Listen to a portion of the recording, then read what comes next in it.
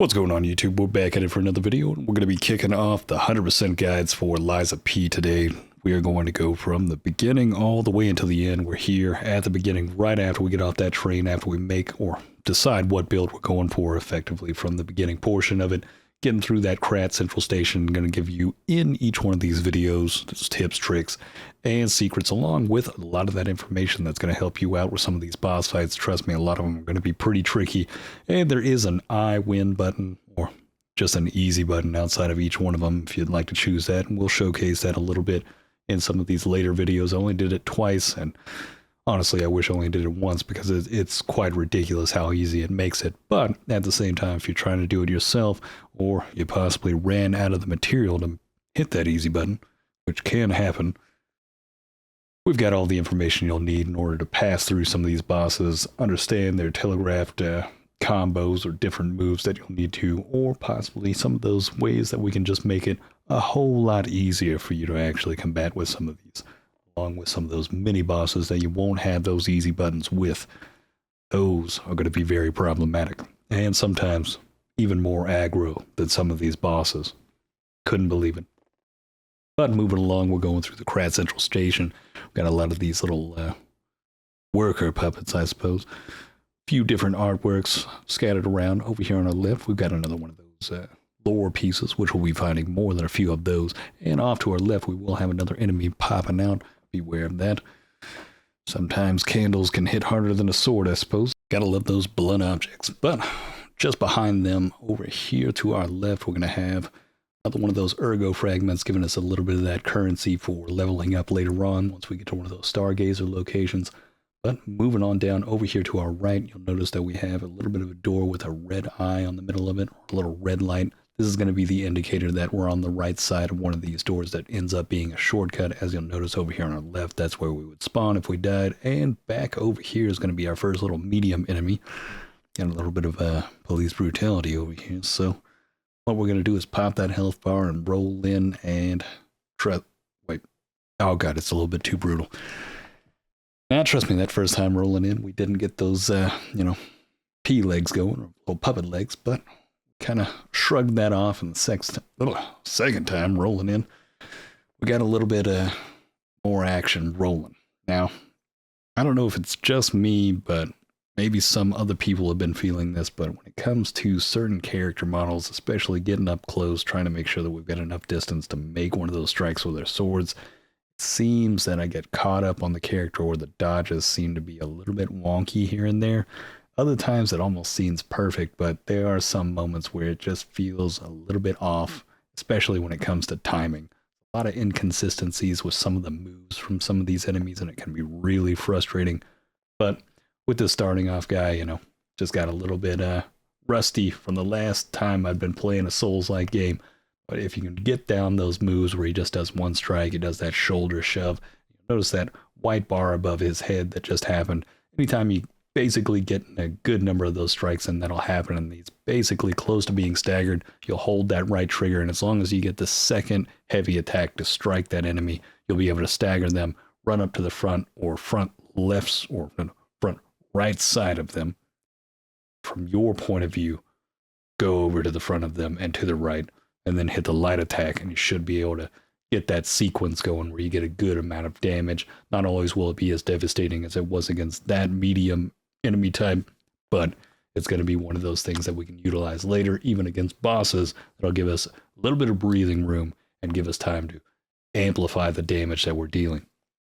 But from that guy as well, we'll also get a ring that's going to further increase our damage reduction from any enemy that attacks us at the cost of a little bit of weight. Something to keep in mind as we keep progressing forward. As you're leveling, weight is going to be something that's going to come up pretty much amongst every build. Now, you can kind of play around with different items, and if you're somebody that just does really well at dodging and blocking, maybe you don't need that damage reduction. But for somebody like me that's not the greatest at blocking, all of mine is striking and dodging, I'm trying to be as tanky as possible. So any bit of item that's going to give me damage reduction or damage resistance, I'm going to be throwing that on no matter how much weight it's going to apply to me. And I'm going to keep leveling up that, I believe it's captivity in the level up menu. That gives us a little bit more weight to carry. As long as we're under slightly heavy. We're not slightly heavy or heavy. We're going to be fine. Now, if you're not sure whether or not you're, basically heavy, trust me, you'll notice it pretty quickly from the way that you move. It's going to be one of those moments where you just pop open the menu, look at the top right of that menu, and it'll tell you whether or not there's like a yellow bar that says slightly heavy or heavy in general. But I believe it's between 50 and 59% that you're fine, and once you hit 60% of the total weight carried that you can carry, I believe that's once you start to hit slightly heavy or pushing into the heavy territory. So if you can kind of mitigate that as you're going through each one of these items, it's going to help you a lot. And some of those items later on, even more beneficial when it comes to certain things that are going to boost our resistances to certain ailments that we'll be facing later on.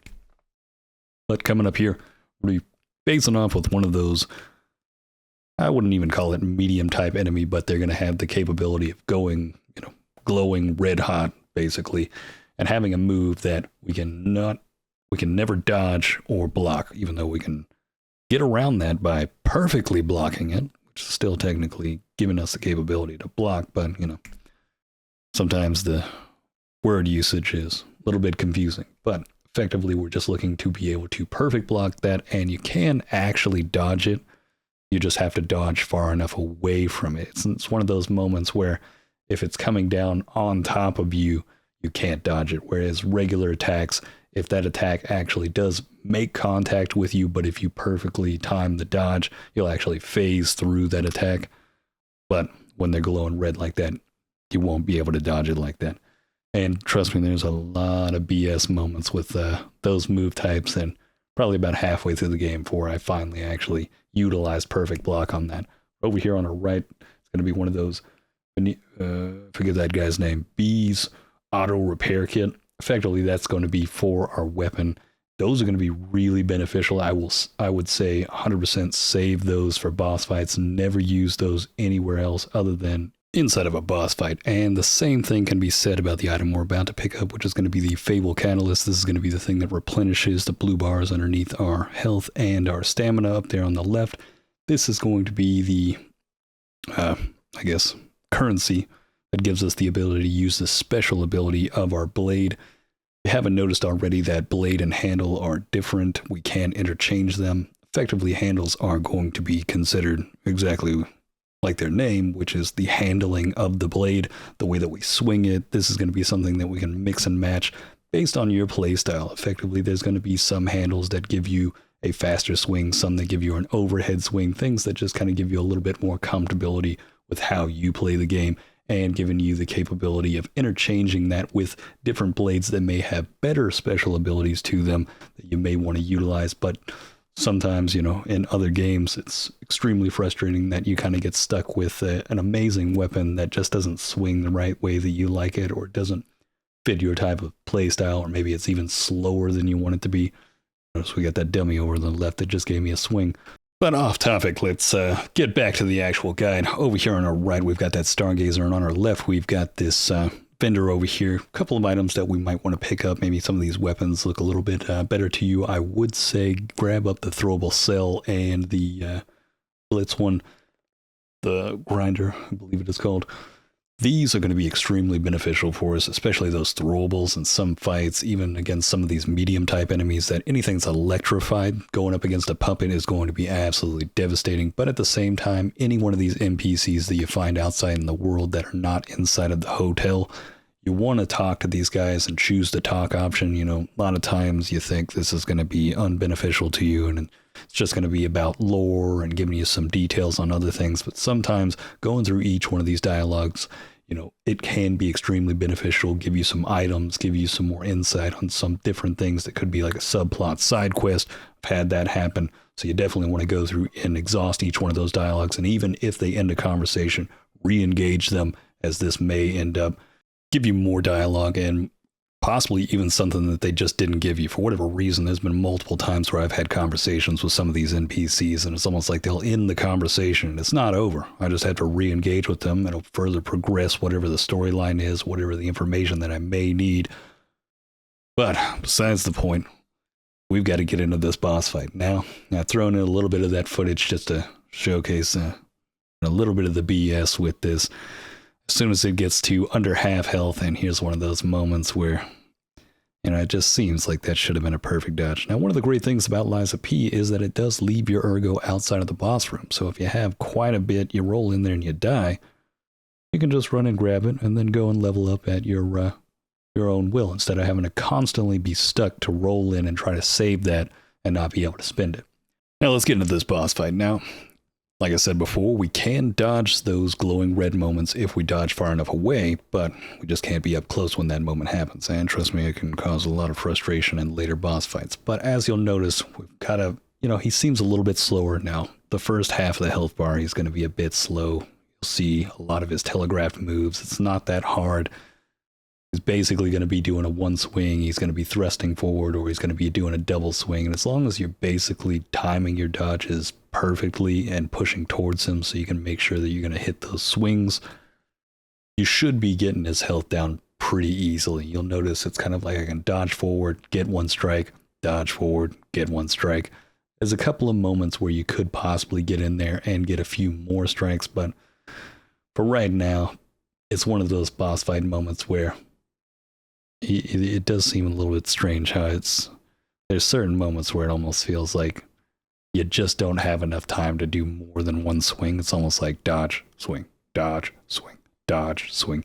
There's going to be some fights and some medium enemy type units that are, man, I'm telling you, it gets pretty rough when it comes to, you're going to need to dodge, swing, and then dodge far away, run away, come back, swing one time, dodge, run away, and then go on and so forth with that.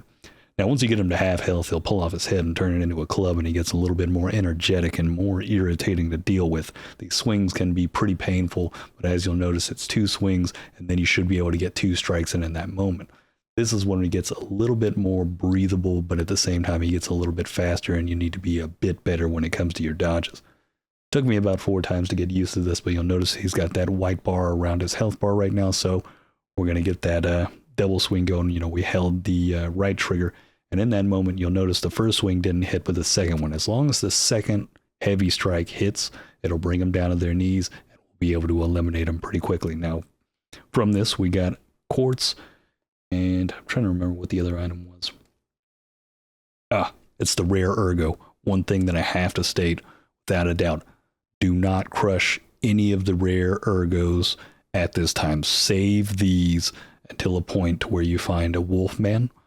These are going to be something that's similar to like that of, I forget the name of it in Elden Ring, but every time you killed one of the bosses, you got some type of currency where you could utilize it to trade it for a weapon or some type of special ability. Inside of Liza P, we'll be able to utilize this as a currency to trade it for a weapon from a boss and or an amulet that boss gives us that gives us quite substantial attributes to some of these.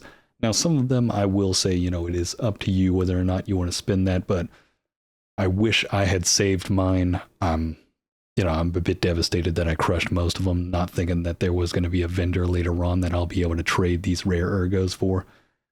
Bit frustrating, but letting you guys know beforehand. And over here on the right, we'll find one of our first pieces of upgrade material for our weapons, the hidden moonstone. This is going to be yours.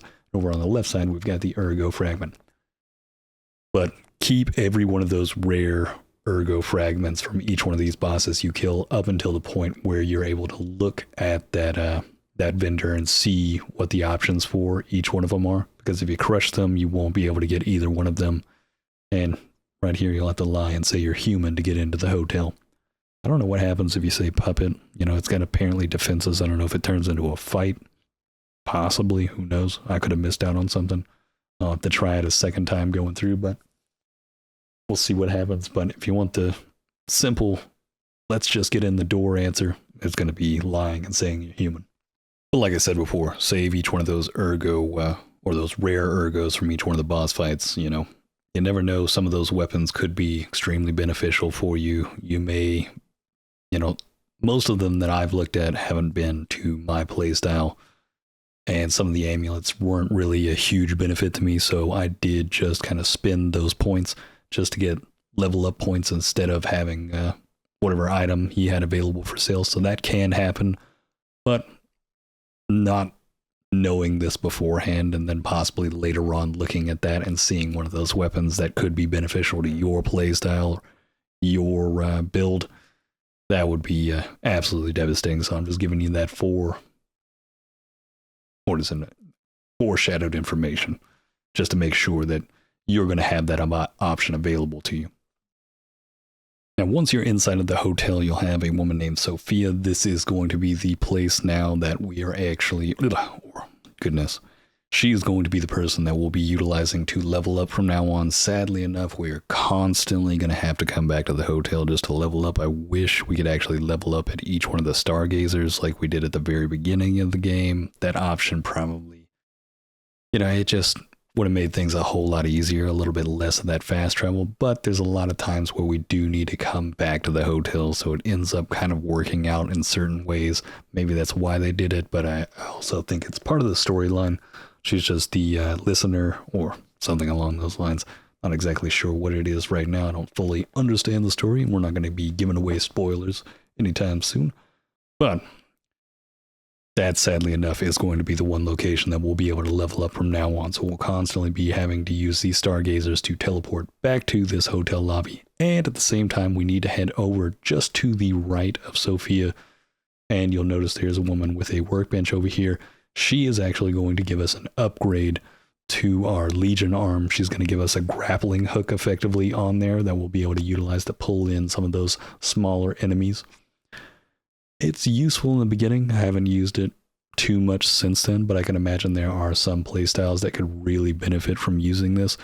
Later on, we'll be having a whole lot of different Legion arms, but this is something you don't want to miss out before you start pressing forward with the beginning of the game. You want to make sure that you have this as you're going forward into the Chapter 2 that we'll be having in the next video coming up. Now, also, alongside that, we've got a training area. Oh, she is also going to be the person that will be able to level up our weapons as well. So it's not only that we're getting the Legion arm, but this will be the person that will also be able to upgrade our weapons through and upgrade our handles. Now, when it comes to handles, effectively the only thing that we're going to be able to upgrade is giving us the A, B, C rating towards getting the benefits from some of the stats that we've increased. Sadly enough, as far as I can tell, there's no S rating that I've seen so far on any one of these weapons, and I can't get anything above A from the handle thus far. So far, it seems like B is probably the best you really want to do. Anything that I've seen with an A rating hasn't been a huge increase based on that actual stat, but I may be considered, or I may be corrected on that later on. If anybody knows, let me know down in the comments if there's anything that could be an S when it comes to the rating, or possibly that A later on down the road is going to be more beneficial than B for whatever reason. All the stats that I've seen from different handles so far, B and A seem to basically equivalent to the same increase to damage a lot of times. But guys, that's going to be the end for the first guide. We're going to be jumping into the second one at the same time. I'm going to have basically part 1, 2, and 3 coming out in the same day. To be able to make it all the way through the factory up until the cathedral with these guides, and I'm going to be pumping these out each day as well. If you like this content, hit that subscribe button. If you want to see some of this content live, I'm streaming daily over at Twitch. Hit that link down in the description. Follow me over there. But on that note, have a good one.